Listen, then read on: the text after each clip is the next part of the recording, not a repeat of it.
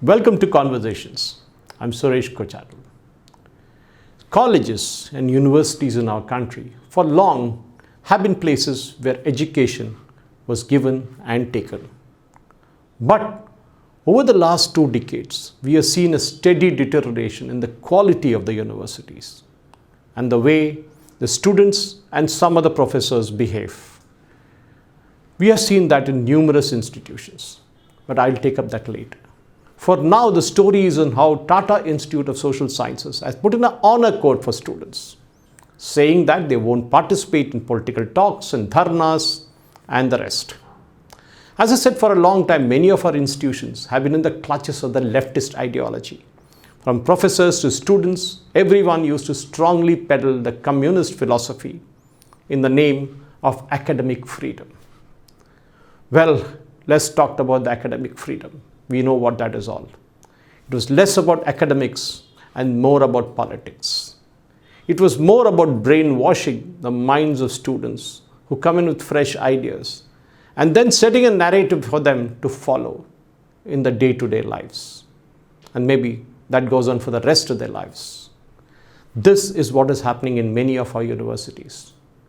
From JNU to Jadavpur to University of Hyderabad to FLU, we have seen the Tukde gangs raising slogans in the universities against the Prime Minister, his party, and finally abusing our security forces and even the country. This is what is the sad fact of happening around the country. It's time we put a clamp to that.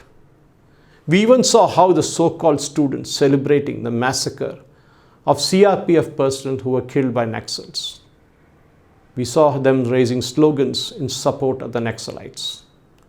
That incident at JNU showed how anti-national could get themselves into an organized group and act in unison against our country. And that needs to be nipped in the bud. Of course, one thing has led to another. And we saw a gang of so-called students sitting in protest at Jantar Mantar on various issues with many political parties. Then we saw the Shaheen Bagh, the so-called farmers' protest, and the Delhi riots. Everything had a stamp of the anti-national students in that. Some of them are still in jail. One such institution that was caught in the communist trap was the Tata Institute of Social Sciences, or TIS as we know it better.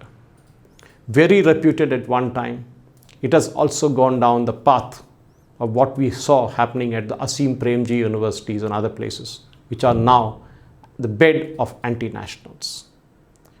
The university was earlier managed by the Tata Trust, which had its nominee as the chairperson on board. Now, with the signing of a new memorandum of understanding at TIS early this year, the university that was known for its contribution to social work education was brought under the ambit of the Union Ministry of Education, Government of India. This was to be done long ago, but it happened now. Now, why did it happen? That is because the new MOA by which the institute is governed now by the TIS Society is chaired by the Union Education Minister of the Government of India. This was after the central government's decision to bring all institutions that receive over 50% of its grants from the central government under its jurisdiction. This should have been done again, as I said, long ago, and TIS was one of them. Now TIS has invoked a pledge that is a part of an honor code, and that has to be signed by every student at the Tata Institute of Social Sciences from this year. They better sign it, or else they can not join the institute, or they can even leave if they are there. The pledge states very simply, in simple English, that I would not indulge in any political, anti-establishment, unpatriotic decisions, discussions, demonstrations, dharnas, or any form of activities that disturb the academic environment of the institute. The student also has to sign in saying that I understand that any infringements of the above conditions would attract strict action against me. While the honor code has been in existence in the university, that it is for a long time, the changes this year have raised some eyebrows naturally in the campus. Think of it, academic freedom is under threat. Students are being harassed. These kind of stories will now start coming up. The undertaking, which is legally binding, and a violation of which may lead to the expulsion of the student or students from the institute, has been made very clear. This has been in the news for all the wrong reasons, including starting with the unofficial screening of a banned BBC movie last January. There have been a number of protests against the Modi government by the leftist in the campus, and so a number of dharnas being organized on various issues at this. A recent ban on a student collective called Progressive Students Forum, which obviously is a leftist one, which the institute claimed was unauthorized and illegal, has been banned. And of course, the PSF has been active in the campus for the last 12 years. So you can imagine the kind of damage they have done. Before that, it was pretty peaceful. Students used to come to study, not to indulge in politics. In April this year, K.S. Ramdas, the former Secretary General, or General Secretary if you can call him, of PSF, was suspended for 2 years for participating in unlawful and anti-national activities.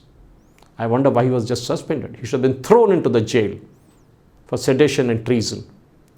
While the suspension matter is in the court, a TIS student said the revision of the honor code this year could be following that development. Yes, why not? Again repeating, an institute is a place for one to study, not to indulge in politics. Now, how can an institute's honor code precede constitutional rights? That's a debate that is going on at TIS. And many students have been making protest against these norms, which are supposed to be very stringent. Students claim that the validity of the code could be challenged. So I say, please do go to the courts and challenge it. The government would rather close down the institution than run a place for the anti-nationals to protest. As I said before, a student comes to a university to study, not to protest, and the parents are to be blamed for this if they don't check on what this child is doing in the college or the university. They put in the hard-earned money to send these students to study, and their students indulge in such process against the country. In fact, this year's code mentioned that the undertaking is legally binding. It also meant that the violation of code at TIS could lead to even expulsion. And there has got to be protest, isn't it? The leftists naturally would be angry. So we have Medha Patkar, who is an alumnus of TIS, so you can gather what kind of people come out of it. So bringing students under such bondage will not resolve the conflict between administration and students. Now, who started this protest, Ms. Medha Patkar? It is the students who started it. And she claims it will only worsen the situation. Yes, so be it. Students again have to study.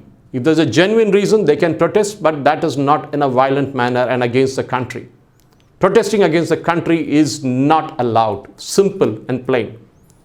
She said students and alumni should appeal to the administration for more dialogue. My question is, who stopped them?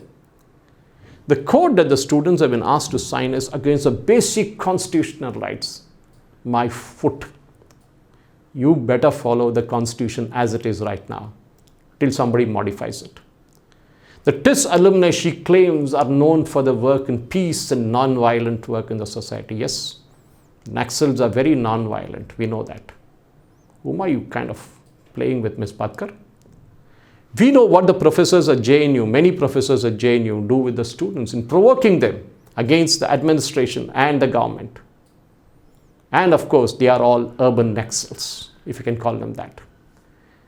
Ms. Patkar claims that mediators can be there to act between the students, that is, the alumni can act as a mediator between institute and students. So be it, go ahead, do it. Who stopped you? Again, I repeat, a student comes to an educational institution to study and not to indulge in anti-national activities. Your freedom ends where my nose begins. Simple as that. My take is now very simple. This code of conduct should now be brought into JNU, Jamia Millia, Jadavpur, University Hyderabad, FLU, and many other places. All of them need to be made very stringent. Study or leave. Simple. If you want to indulge in politics, go join a political party. The colleges are not, or universities are not there for that. In fact, colleges and universities in Kerala, especially, are the hotbed of such activities. SFI, KSU have a free run on the campuses. They indulge in a lot of violence. They dictate terms. They don't attend classes, the union leaders, yet they get full attendance and write exams. Sometimes they write 2 exams at the same time. In fact, the violence is so much that in Palakad's Victoria College, which is a very famous institution, a mock funeral was held for the principal who was retiring that day. Principals and HODs are locked up by students in many colleges on frivolous grounds. What about the constitutional rights of those professors and HODs and principals? This is what I need to ask. Is only your freedom there? You stop protesting. This nonsense has to stop once and for all. The government has to crack down hard, and it's a good move that it has started with tests. Now bring in the same thing in JNU and other places, as I mentioned before. It's time studying becomes a kind of necessity for students who come to study. If you want to protest, well, the roads are there for you. Quit the college, go sit on the roads and protest and do what you want. That's what even I want to say. Thank you for watching. Jai Hind.